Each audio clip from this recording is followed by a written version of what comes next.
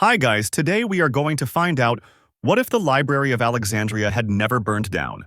You're standing in the great marble halls of ancient Alexandria, watching flames lick dangerously close to scrolls containing humanity's greatest secrets. The year is 48 BCE, and Julius Caesar's ships are ablaze in the harbor, spreading fire toward the world's most precious collection. You can smell the acrid smoke mixing with papyrus and ink as panicked scholars rush past you, clutching armloads of irreplaceable manuscripts. But here's where history takes a different turn. You witness Apollodorus the Sicilian organizing a human chain of librarians and citizens. They're frantically moving scrolls to safety, creating fire breaks with wet cloth, and you realize this isn't just about saving books. You're watching the preservation of mathematical theorems that won't be rediscovered for another 1,000 years in our timeline. Medical texts describing surgical procedures, astronomical calculations predicting eclipses centuries ahead, and engineering blueprints for machines beyond Roman imagination. You probably won't survive the political chaos that follows, but these texts will. So, before you get comfortable, take a moment to like the video and subscribe. But only if you genuinely enjoy what I do here. Drop a comment with your location and local time. I'm curious where you're watching from. Now, sit back and let's dive into today's alternate journey together. The flames die down, the library stands intact, and you've just witnessed the moment that changes everything. You watch as Roman engineers arrive in Alexandria 50 years later, not as conquerors but as protectors of knowledge. Emperor Augustus himself walks these halls, marveling at scrolls containing Archimedes' lost works on mechanical advantage and hydraulic systems. You see him decree that the library will receive funding equivalent to maintaining 3 full legions, a fortune in ancient terms. Roman architects begin constructing fireproof annexes using revolutionary concrete techniques, creating the world's first climate-controlled repositories. You observe scribes working in assembly line fashion, creating multiple copies of every text using a system that rivals modern printing efficiency. The library expands beyond Alexandria's walls, with satellite branches established in Rome, Athens, and Pergamon, all connected by fast courier networks. You witness scholars from across the empire flocking here, creating the world's first international university centuries before Bologna or Oxford. Roman legal minds collaborate with Greek philosophers, producing hybrid texts on governance that influence imperial policy directly. You see military engineers studying ancient siege warfare manuals, leading to innovations in fortification design that make Roman cities nearly impregnable. Medical knowledge flows both ways. Roman military surgeons share battlefield techniques while learning advanced anatomy from preserved Alexandrian texts. The library becomes Rome's secret weapon, giving the empire technological advantages that extend its dominance for centuries beyond our timeline. You realize you're watching the birth of the world's first government-sponsored research institution, funded by conquest but dedicated to universal knowledge. You witness the year 325 CE as Christian theologians arrive at the library, not with torches but with genuine curiosity. Emperor Constantine's edict protects all texts, declaring that divine truth can be found through both scripture and secular wisdom. You watch Bishop Athanasius of Alexandria working alongside Neoplatonist philosophers, creating the world's first interfaith academic collaboration. Christian scholars discover that many gospel accounts align perfectly with preserved historical records from the library's vast collection. You see them establishing scriptoriums where monks copy both biblical texts and pagan scientific works with equal devotion.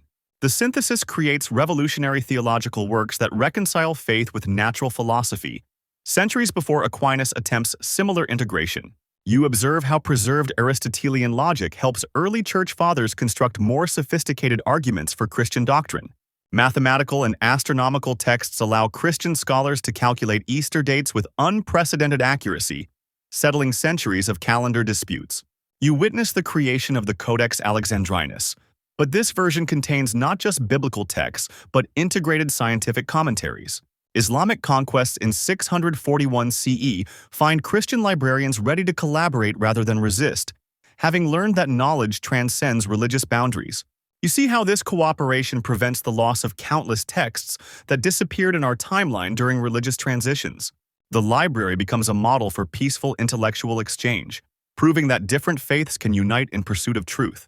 You stand in the library courtyard as Arab General Amr ibn al-As enters Alexandria in 641 CE, expecting destruction but finding collaboration instead.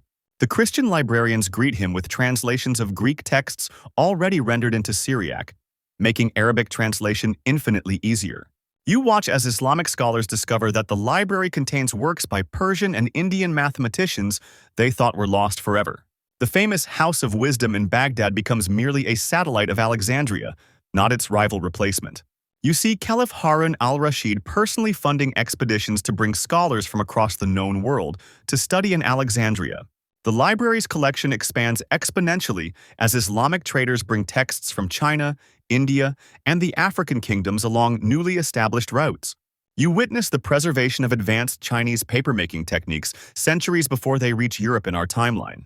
Islamic mathematicians working with preserved Greek geometric texts develop algebra and trigonometry at an unprecedented pace. You observe how the library becomes the birthplace of chemistry, as Islamic alchemists combine Greek atomic theory with Persian practical knowledge. The medical school grows into the world's most advanced institution, performing surgeries that won't be attempted in Europe for another 500 years. You see how this golden age of cooperation creates a knowledge network spanning from Cordoba to Samarkand, with Alexandria as its beating heart. The library proves that intellectual progress thrives not through conquest, but through synthesis and collaboration across cultures. You find yourself in 12th century Europe as the first Crusaders return not just with tales of conquest, but with copies of Alexandrian texts. European scholars discover that the library has preserved complete works of Aristotle, Plato, and dozens of other philosophers lost to the West. You watch as the University of Paris sends delegations to Alexandria, establishing the first formal academic exchange programs in history. Thomas Aquinas receives direct access to Aristotelian commentaries that have been continuously studied and refined for over a millennium. You see how this accelerates the development of scholasticism by centuries, creating more sophisticated theological and philosophical frameworks. The library's preserved Roman engineering texts revolutionize European architecture, leading to Gothic cathedrals with unprecedented structural innovations. You witness European merchants establishing permanent trading posts in Alexandria, not for spices but for books and manuscripts. The printing press, when it arrives in the 15th century, finds its first major project: mass-producing Alexandrian classical texts for European universities. You observe how continuous preservation means no rediscovery period. Knowledge flows seamlessly from ancient to medieval to Renaissance thought. European alchemists gain access to centuries of preserved Islamic and Greek chemical experiments, accelerating the birth of true chemistry. The Renaissance begins earlier and more intensely, fueled by direct access to primary sources rather than fragmentary translations. You realize that European intellectual development leaps forward by at least 200 years compared to our timeline. You witness Leonardo da Vinci's arrival in Alexandria in 1501, his eyes widening as he discovers Archimedes' complete works on mechanical engineering. The preserved texts reveal advanced gear systems and hydraulic principles that accelerate Leonardo's flying machine designs by decades. You watch as Copernicus receives detailed astronomical observations spanning 1,500 years, providing overwhelming evidence for his heliocentric theory. The library's unbroken chain of scientific experimentation means the scientific revolution explodes into existence 200 years earlier than in our timeline. You see Galileo accessing preserved works of Aristarchus, who calculated Earth's orbital mechanics with stunning accuracy in ancient times. Navigation advances exponentially as Renaissance explorers gain access to Ptolemaic maps corrected by centuries of Islamic and Byzantine observations. You observe how preserved Roman concrete formulations revolutionize Renaissance architecture, creating buildings that surpass even modern engineering. The printing revolution spreads scientific knowledge at lightning speed, with Alexandrian texts becoming Europe's most coveted publications. You witness alchemists transforming into true chemists centuries early, guided by preserved Greek atomic theory and Islamic experimental methods. Medical knowledge leaps forward as Renaissance physicians access surgical techniques and anatomical studies lost to the West for over a millennium. The telescope, when invented, immediately benefits from preserved optical theories, leading to more powerful instruments and faster astronomical discoveries. You realize that by 1600, human scientific knowledge has advanced to what our timeline achieved by 1800. You stand on the deck of a Portuguese caravel in 1488 as navigators unfurl maps based on Alexandrian geographical compilations spanning 2 millennia. These charts reveal ocean currents, wind patterns, and seasonal variations that make voyages to Asia 60% faster and infinitely safer. You watch Columbus receive not just basic navigation tools, but sophisticated instruments preserved from ancient Greek and Islamic maritime traditions. His voyage to the Americas becomes a calculated scientific expedition rather than a desperate gamble, with backup routes and emergency protocols. You witness Vasco da Gama's fleet equipped with hydraulic pumps designed from Alexandrian engineering texts, making long ocean voyages more survivable. The library's preserved knowledge of monsoon patterns and Indian Ocean navigation helps Portuguese explorers establish trade routes centuries ahead of schedule.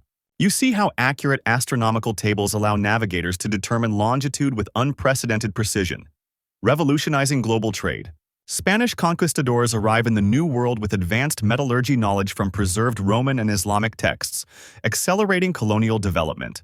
You observe how enhanced navigation leads to the discovery of Australia and Antarctica 200 years earlier than in our timeline.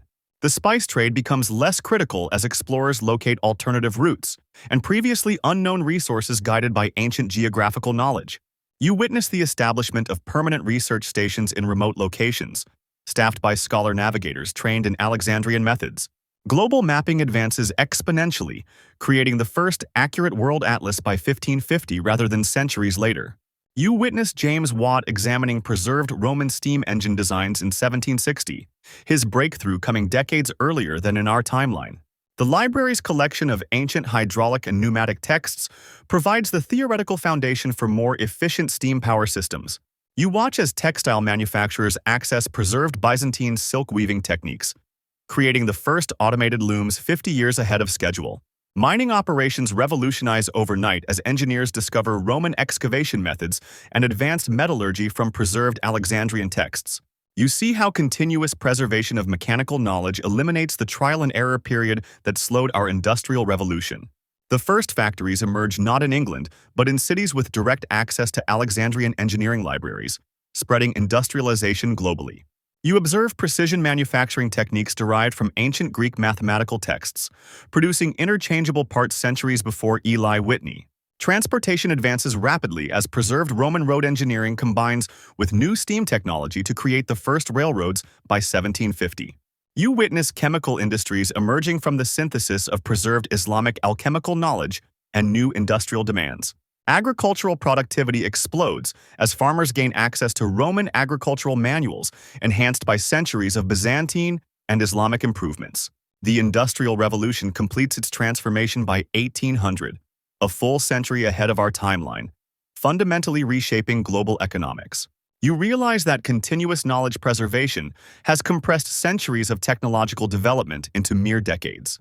You stand in the library's first computer room in 1936, as engineers apply preserved Greek binary logic to create mechanical calculators decades before ENIAC. The continuous tradition of mathematical scholarship means concepts like algorithms and computational theory develop organically rather than through revolutionary breakthroughs. You watch as the library becomes the world's first digital repository in 1975, converting its ancient manuscripts to electronic format while other institutions still resist computers. The internet, when it emerges, has Alexandria as its natural hub, a 2,000-year-old network finally going global and digital. You witness scholars from around the world accessing digitized ancient texts through early online databases, democratizing knowledge on an unprecedented scale. The library establishes the first virtual reality reconstructions of ancient civilizations, using preserved architectural plans and detailed historical records. You see how artificial intelligence development accelerates as programmers train systems on centuries of preserved logical and philosophical texts. Modern search engines evolve directly from Alexandrian cataloging systems that have been refined continuously for over 2 millennia. You observe the creation of quantum computing prototypes inspired by preserved Greek atomistic theories and Islamic mathematical concepts. The library launches the first comprehensive digital twin of human knowledge, linking every preserved text, image, and artifact in an interconnected web. You witness biotechnology advancing rapidly as researchers access complete ancient medical records showing human genetic variations across centuries. By 2000, the library has become humanity's central nervous system for knowledge, processing, and connecting information at a scale unimaginable in our timeline. You walk through Alexandria streets in 2025, where holographic displays show real-time connections between ancient papyrus scrolls and cutting-edge quantum research. The library has evolved into a living organism of knowledge, where AI systems trained on 2,500 years of human thought guide breakthrough discoveries daily. You witness children learning advanced mathematics at age 8, using teaching methods refined across millennia, compressed into interactive experiences. Medical treatments combine genetic therapies with herbal remedies, perfected by centuries of continuous experimentation and documentation. You see how climate change solutions emerge from preserved Roman agricultural techniques, Byzantine water management, and Islamic solar engineering. Space exploration accelerates as engineers apply ancient Greek mechanical principles to modern propulsion systems, creating more efficient spacecraft. You observe global conflicts resolved through diplomatic frameworks developed from preserved texts on governance, spanning multiple civilizations. The world's energy crisis finds solutions in preserved Islamic solar concentration methods combined with modern photovoltaic technology.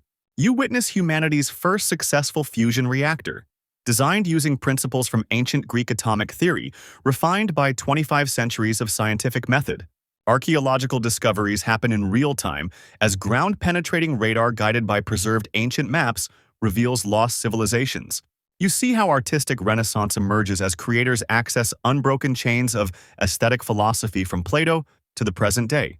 The library stands as humanity's greatest achievement, not a building, but a living testament to the power of preserved knowledge across time.